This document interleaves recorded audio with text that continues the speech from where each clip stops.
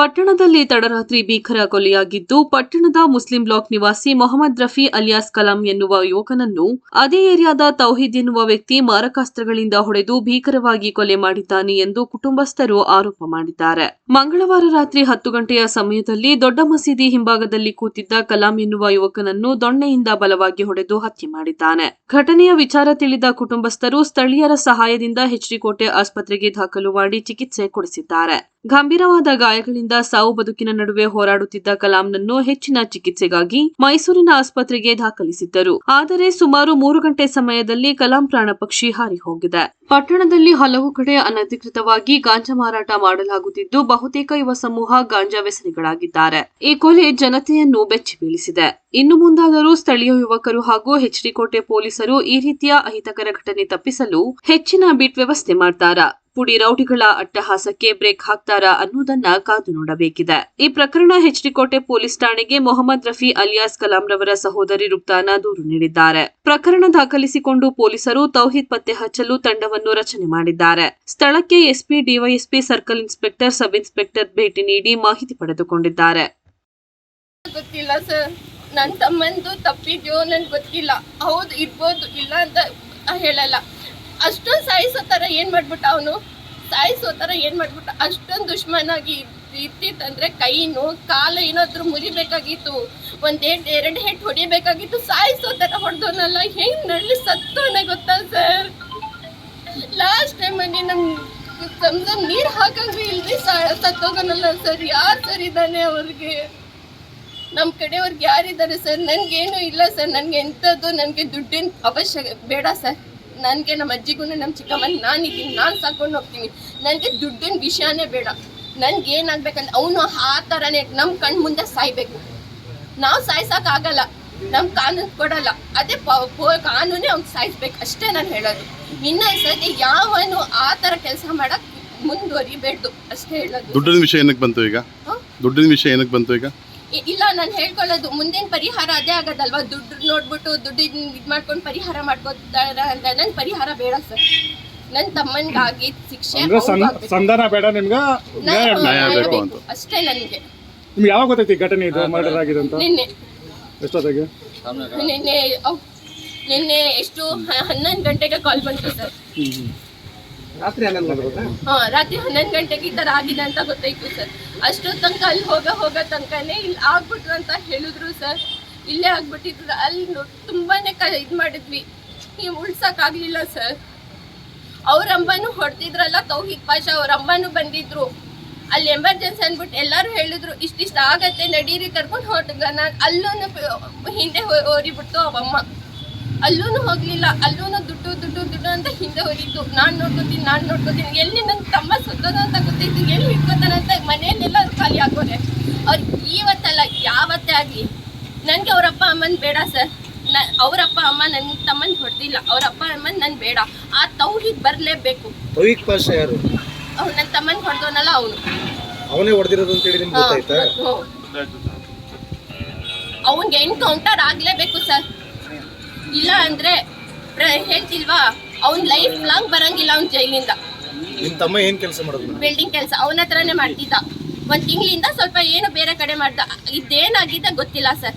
ಏನೇ ಆಗ್ಲಿ ಸಾಯಿಸೋ ಅಷ್ಟು ಅವ್ನಿಗೆ ತಾಕತ್ತಿದ್ಯಾ? ಅಂದ್ರೆ ಹಣಕಾಸಿನ ವಿಚಾರಕ್ಕೆ ವೈಷಮ್ಯ ನಡೆದಿತ್ತು ಅಂತ ಅನಿಸ್ತದೆ ನಿಮ್ಗೆ? ಹಣಕಾಸಿನ ವಿಚಾರಕ್ಕೆ ಇಬ್ಬರ ನಡುವೆ ಜಗಳ ನಡೆದಿತ್ತು ಅಂತ ಅನಿಸುತ್ತೆ? ಏನ್ ನಡೆದಿದೆ ಅಂತ ನಮ್ಗೆ ಡೀಟೇಲ್ಸ್ ಗೊತ್ತಿಲ್ಲ ಸರ್. ಇದು ಆಚೆ ಬರ್ಬೇಕು. ಇದ್ರ ಬಗ್ಗೆ ಮನೇಲಿ ಯಾವ್ದು ಪ್ರಸ್ತಾಪನೆ ಮಾಡಿರ್ತೀರ ಅವರು? ಇಲ್ಲ ಸ್ವಲ್ಪ ಏನೋ ದುಡ್ಡು ಅಂದ್ರೆ ಓನರ್ ಹತ್ರ ಕೆಲಸ ಮಾಡ್ತಿದ್ದ, ಯಾವಾಗ ಬೇಕೋ ಅವಾಗ ಈಸ್ಕೊತಿದ್ದ. ಅವಾಗ ಬೇರೆಯವ್ರ ಹತ್ರ ನಾನು ಹೋಗ್ತೀನಿ ಅನ್ನುವಾಗ ದುಡ್ಡನ್ನು ಕ್ಲಿಯರ್ ಮಾಡೋನೆ. ಎಷ್ಟು 15,000 ಎಷ್ಟಾಗಿದೆ, ಆ ದುಡ್ಡನ್ನು ಕ್ಲಿಯರ್ ಮಾಡಿ ಬೇರೆ ಕಡೆ ಏನಾಗಿದೆ ಗೊತ್ತಿಲ್ಲ ಸರ್. ಮೇಡಮ್, ಈಗ ನೀವು ಹೇಳ್ತಾ ಇದೀರಿ ತೌಹೀದ್ ಪಾಷಾನೇ ಹೊಡೆದಿದ್ದಾನೆ, ಅವನೇ ಹೊಡೆದಿರೋದು. ಪ್ರತ್ಯಕ್ಷದರ್ಶಿನ ನೀವು ಅಲ್ಲಿಗೆ ಇಬ್ರು ಜನ ಫ್ರೆಂಡ್ಶಿಪ್ ಅಲ್ಲಿ ಇಬ್ರು ಜನ ನೋಡೋದು ಕಣ್ ಮುಂದೆ. ಮೊಹಮ್ಮದ್ ಅಂತಾನು ಇನ್ನೊಬ್ಬ ಶಾಬಾಜ್ ಅಂತ ಇಬ್ರು ಜನ ಇದ್ರು ಕಣ್ ಮುಂದೆ ನೋಡೋರೆ. ಅವರು ಅಂದ್ರೆ ಅವನ್ಗೆ ಉಳ್ಸಕ್ ಹೋಗುವಾಗ ನೀ ಯಾರಾದ್ರೂ ಬಂದ್ರೆ ಚಾಕು ಚುಸ್ತಿನ ಅಷ್ಟೊಂದು ಸವಲತ್ತು ಆಗ್ಬಿಟ್ಟಿದ್ಯಾ? ಚಾಕು ಎಲ್ಲ ತಗೊಂಡು ಹೋಗಾಗ ಅಷ್ಟೊಂದು ಸವಲತ್ತು ಆಗ್ಬಿಟ್ಟಿದೆ. ಇವತ್ತು ನನ್ನ ತಮ್ಮಂಗ್ ಮಾಡಿದ್ದು ನಾಳೆ ಬೇರೆಯವ್ರ ತಮ್ಮಂಗ್ ಮಾಡಲ್ಲ ಅಂತ ಏನ್ ಗ್ಯಾರಂಟಿ? ಇವತ್ತು ನನ್ಗೇನ್ ನೋವಾಗ್ತಿದ್ಯೋ, ನಾನ್ ನನ್ನ ತಮ್ಮನ್ಗೆ ಏನ್ ಕಳ್ಕೊಂಡಿದ್ದೀನೋ ಯಾರನ್ನು ಕಳ್ಕೊಬೇಡ್ದು ಸರ್. ಆ ತರ ನ್ಯಾಯ ಸಿಗ್ಲೇಬೇಕು. ತುಂಬಾ ಅಂದ್ರೆ ತುಂಬಾನೇ ಅವ್ನ್ ನರಳಿ, ನನ್ನ ತಮ್ಮ ಏನ್ ನರಳಿ ಸತ್ತ ಅವ್ನು ಅದಕ್ಕಿಂತ 10% ಜಾಸ್ತಿ ಸಾಯ್ಬೇಕು. ಈಗ ಮಹಮ್ಮದ್ ಅಂತ ಹೇಳಿದ್ರಲ್ಲ, ಅವ್ರು ನಿಮ್ ಜೊತೆಗೆ ಯಾವ ಕಾರಣಕ್ಕೆ ಜಗಳ ಆಯ್ತು ಅಂತ ಏನು ಹೇಳಿಲ್ವ ನಿಮ್ ಜೊತೆಗೆ? ಇಲ್ಲ ಹೇಳಿಲ್ಲ, ಅವ್ರಿಗೂ ಗೊತ್ತಿಲ್ಲ. ಏನೋ ನನ್ನ ತಮ್ಮ ಫೋನ್ ಮಾಡಿ ಬಂದ್ರು ಸ್ವಲ್ಪ ಅಂತ ಕೂಗಿರೋದು. ಇವ್ನು ಹುಡ್ಕೊಂಡು ಹೋಗಿ ಏನೋ ಸ್ವಲ್ಪ ವಾಯ್ಸ್ ರೆಕಾರ್ಡಿಂಗ್ ಇದೆ, ಏನೇನೋ ಸ್ವಲ್ಪ ಮಾತಲ್ಲಿ ಇದಾಗಿದೆ. ನಾನು ಎಷ್ಟೇ ಮಾತಿರ್ಲಿ ಸಾಯ್ಸೋ ಅಷ್ಟೇನಾಗಿತ್ತು. ಈ ಘಟನೆ ಯಾವ ಸ್ಥಳದಲ್ಲಿ ನಡೀತು ಅಂತ ಏನಾದ್ರು ಗೊತ್ತಾ ಮೇಡಮ್? ಮುಸ್ಲಿಂ ಲಾಕು ಮನೆ ಗೊತ್ತಾಯ್ತು. ನನಗೆ ಬೆಳಿಗ್ಗೆ 9 ಗಂಟೆಗೆ ಹೇಳಿ ತಿರುಗಿಸಿದ್ರು ಸರ್. ನಮ್ಮ ಬೀಗರು ಬಂದು ನನ್ನ ಕರ್ಕೊಂಡು ಹೋದ್ರು. ಈ ರೀತಿ ಆಗಿದೆ ಅಂತ ಹೇಳಿದಾಗ ಅವ್ರ ಅತ್ತಿಗೂ ಅವರ ಚಿಕ್ಕಮ್ಮನಿಗೆ ನೋಡ್ಕೊಳ್ಳಿ ಅಂತ ಹೇಳಿ ನಾನು ಕೋಟೆಗೆ ಬಿಟ್ಬಿಟ್ಟಿದ್ದೆ. ನಾನು ಹುಣಸೂರವನು, ಯಾಕಂದರೆ ಅವರು ನಮ್ಮ ಮಾವನೂ ಇಲ್ಲ, ಅಲ್ಲಿ ನೋಡ್ಕೊಳ್ಳೋರು ಯಾರಿಲ್ಲ. ನಮ್ಮ ಅತ್ತೆಯವರು ತುಂಬ ಸೀರಿಯಸ್ ಪೇಷಂಟ್ ಅವರು, ಅದರಿಂದ ಅವ್ರಿಗೆ ಮೆಂಟಲಿ ಎಫೆಕ್ಟ್ ಇರೋದ್ರಿಂದ ಅವ್ರಿಗೆ ಅಲ್ಲೇ ಬಿಟ್ಬಿಟ್ಟೆ. ನಾನು ಹುಣಸೂರು ಕರ್ಕೊಳ್ಳಿಲ್ಲ. ಈಗ ಬರ್ತಾ ಮೈಸೂರು ಜಿಲ್ಲಾ ಒಕ್ಕೂಟ ಸಲಹಾ ಸಮಿತಿ ಸದಸ್ಯ ನಾನು. ಇತ್ತೀಚಿನ ದಿನಗಳಲ್ಲಿ ನಾವು ಹೊರಗಡೆ ಅಂದರೆ ಬೆಂಗಳೂರು, ಮೈಸೂರು ಅಂಥ ಜಾಗಗಳಲ್ಲೆಲ್ಲ ಈ ಡ್ರಗ್ಸ್ ಬಗ್ಗೆ, ಗಾಂಜಾ ಬಗ್ಗೆ ಕೇಳಿ ಈ ಥರ ಗಲಾಟೆ ಆಗ್ತದೆ ಅಂತ ನಾವು ಕೇಳ್ತಾ ಇದ್ದೆವು. ಈ ನಮ್ಮ ಎಚ್ ಡಿ ಕೋಟೆ ತಾಲ್ಲೂಕಲ್ಲಿ, ಅದು ಮುಸ್ಲಿಂ ಬ್ಲಾಕಲ್ಲಿ ಈ ಥರ ಘಟನೆ ನಡೆದಿದೆ ಅಂದರೆ ನಮಗೆಲ್ಲ ಒಂಥರ ಇದ್ರ ಥರ. ಯಾಕಂದರೆ ಇದಕ್ಕೆ ನಮ್ಮ ಎಚ್ ಡಿ ಕೋಟೆ ತಾಲ್ಲೂಕಿನ ಪೊಲೀಸ್ ಅಧಿಕಾರಿಗಳವ್ರೆ, ಅವ್ರು ಸ್ವಲ್ಪ ಕ್ರಮ ತಗೋಬೇಕು. ಯಾಕಂದರೆ ಈ ಇನ್ನೊಂದು ವಿಷಯ ಏನಂತಂದರೆ, ಏನು ಮಸೀದಿ ಜಿಮ್ಮೆದಾರಗಳಿರ್ತಾರೆ, ಅವರು ಬರೀ ಮಸೀದಿ ಜಿಮ್ಮೆದಾರಗಳಲ್ಲ. ಅವರು ಇಡೀ ಮಸೀದಿ ಅಂದರೆ ಬಿಡಿ ಎಲ್ಲ ಊರಿಗೆ ಸೇರೋಂಥದ್ದವರು. ಅವರು ಸ್ವಲ್ಪ ಜವಾಬ್ದಾರಿ ತಗೋಬೇಕು. ಇಂಥ ವಿಚಾರಗಳಲ್ಲಿ ಅವರೇ ಸ್ವಲ್ಪ ಜವಾಬ್ದಾರಿ ತಗೊಂಡ್ರೆ ಏನಾಯ್ತದೆ ಅಂದರೆ, ಈ ಶಾದಿ ಮಹಲ್ ಹತ್ರ ಮತ್ತು ಕಬ್ರಸ್ತಾನ್ ಹತ್ರ, ಮಸೀದಿ ಹಿಂಭಾಗ ಅಲ್ಲೆಲ್ಲ ಏನಾಗಿದೆ, 9:30 10 ಗಂಟೆ ಆಯ್ತಿದ್ದಂಗೆ ಹುಡುಗರು ಸ್ವಲ್ಪ ಒಂದು ಅಡ್ಡಗಳವೆ. ಆ ಅಡ್ಡಗಳಲ್ಲಿ ನಮ್ಮ ಪೊಲೀಸ್ ಇಲಾಖೆಯವರು ಅಲ್ಲಿ ಒಂದು ರೌಂಡ್ ಹೊಡಿಬೇಕು. ಅವರು ಮತ್ತು ಮೊದಲಿಂದಾನು ಇದು ನಡ್ಕೊಂಡು ಬರ್ತಾ ಇದೆ. ಈ ಬರೋದು, ಇಲ್ಲಿ ಸಿಕ್ಕಾಕೊಳ್ಳೋದು, ಅವ್ರ ಇನ್ಫ್ಲೂಯೆನ್ಸ್ ಮೇಲೆ ಬಿಟ್ಟು ಕಳಿಸೋದು, ಅಂಥ ಕೆಲಸಗಳಾಯ್ತದೆ. ಅದನ್ನು ಆಗಬಾರ್ದು. ಯಾರು ಅವ್ರು ಇನ್ಫ್ಲೂಯೆನ್ಸ್ ಮಾಡ್ತಾರೋ ಅವ್ರನ್ನೂ ನೋಡಿ ಅವ್ರ ಬುದ್ಧಿ ಹೇಳಿ ಆಗದಿರೋಂಗೆ ಮಾಡಬೇಕು ಹೊರತು ಅವ್ರನ್ನ ಬಿಟ್ಬಿಟ್ಟು ಕಳಿಸ್ತಾನೆ ಇದ್ದಾರೆ. ಇದಿನ್ನೂ ಬೆಳೀತಾ ಇರ್ತದೆ.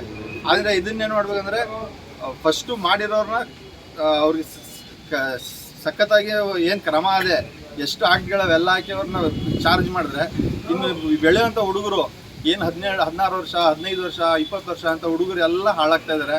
ನಾನು ಕೈ ಮುಗಿದು ಕೇಳ್ಕೊಳ್ಳೋದು ಏನಂದರೆ, ಇಂಥ ಕೆಲಸಗಳನ್ನು ಹುಡುಗರು ಯುವಕರು ಮಾಡಬಾರ್ದು. ಅವರ ತಂದೆ ತಾಯಿಗಳು ಜವಾಬ್ದಾರಿ ಇರ್ತದೆ. ಯಾಕಂದರೆ ಆ ಹುಡುಗ ಅದೇನಾದ್ರು ನಶೆ ಮಾಡ್ಕೊ ಬಂದರೆ ಅದು ಗೊತ್ತಾಗ್ಬಿಡ್ತದೆ. ಒಂದು ಸಣ್ಣೊಂದು ಬಿಡಿ ಹೊಡೆದ್ರೂ ಅದು ಗೊತ್ತಾಗುತ್ತೆ, ವಾಸನೆಲ್ಲಾಗಲಿ ಮತ್ತೊಂದಾಗಲಿ. ಅಂಥ ಕೆಲಸ ಮಾಡ್ಕೊ ಬಂದಮೇಲೆ ತಂದೆ ತಾಯಿ ಜವಾಬ್ದಾರಿ ಏನಂತಂದರೆ ಅವ್ರನ್ನ ಅವಾಯ್ಡ್ ಮಾಡಬೇಕು. ಊರವ್ರು ಹೋಗಿ ಅವ್ರನ್ನ ಬುದ್ಧಿ ಹೇಳಿದ್ರೆ, ತಂದೆ ತಾಯಿಯಿಂದ ಅದನ್ನು ತಿರಸ್ಕರಿಸಿದ್ರೆ ಸಮಾಜ ಚೆನ್ನಾಗಿರಲ್ಲ. ಅದಕ್ಕೆ ನಾನು ಕೈ ಮುಗಿದು ಕೇಳ್ಕೊತೀನಿ ಅಂದರೆ, ಸಮಾಜ ನಮ್ಗೆ ಚೆನ್ನಾಗಿರ್ಬೇಕು ಅಂದರೆ, ನಮ್ಮ ತಾಲ್ಲೂಕು ಹೆಸರು ಆಗಬೇಕು, ಚೆನ್ನಾಗಿರ್ಬೇಕು ಅಂತಂದರೆ ಪೊಲೀಸ್ ಇಲಾಖೆಯವ್ರದ್ದು ಬಹಳ ದೊಡ್ಡ ಇದಿರ್ತದೆ. ಅದ್ರ ಜೊತೆಗೆ ನಮ್ಮ ಯುವಕರು ಮತ್ತು ಏನು ಮುಖಂಡರುಗಳಿದ್ದಾರೆ ಅವ್ರದ್ದು ಒಂದು ದೊಡ್ಡ ಒಂದು ಸಹಕಾರ ಬೇಕು. ಅದರಿಂದ ಇದು ಹೇಳ್ತಾ ನಾನು ಮುಗಿಸ್ತಾ ಇದ್ದೀನಿ.